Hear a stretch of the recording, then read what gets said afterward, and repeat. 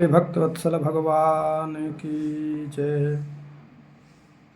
प्रभु की कृपा से कल पूर्णिमासी है, सोमवार को, तो सभी भक्तों को कल से ही श्री कार्तिक मास के लिए विशेष व्रत लेना चाहिए।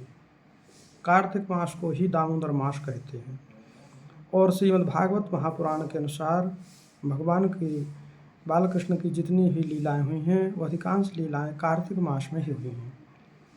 श्री सुखदेव भगवान वर्णन करते हैं, एकदा गृहदासीषु यशोदानंद गेहिनी कर्मांतरनियुक्तासु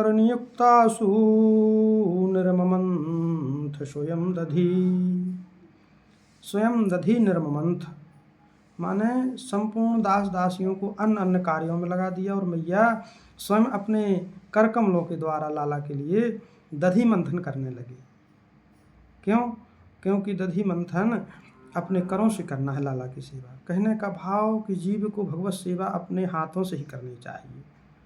तो जब मैया जो साक्षात परब्रह्म परमात्मा पूर्णतम ठाकुर जी की माँ जननी हैं, वह अपने हाथ से जब लाला की सेवा करती है तो हम आप सबको तो भगवान की सेवा अपने हाथ से करना ही चाहिए।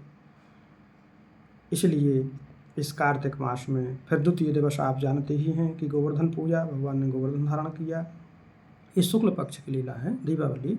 एकदा माने दीपावली, दूसरे दिन गोवर्धन पूजा, अन्नकूट जिसको कहते हैं, भगवान को विशाल अन्न के भंडारों का भोग लगाया गया। उसके दूसरे दिवस श्री भ्रात द्वितीया जिसको भाई दूज कहते हैं, और इस प्रकार से गोपाष्टमी फिर आगे आती है। फिर एकादशी को नंद बाबा यमुना स्नान करने गए और बड़ों लोग से बड़ों के सेवक उनको पकड़ करके ले गए।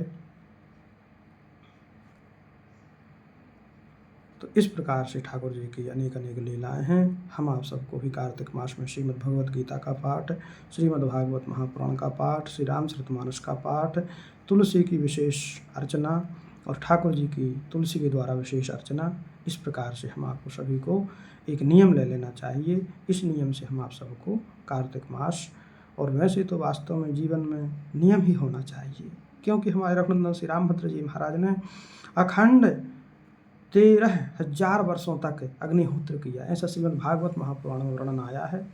इस कथा को आगे आप लोगों को हरि इच्छा के द्वारा श्रवण कराया जाएगा। बोले भक्त वत्सल भगवान की जय।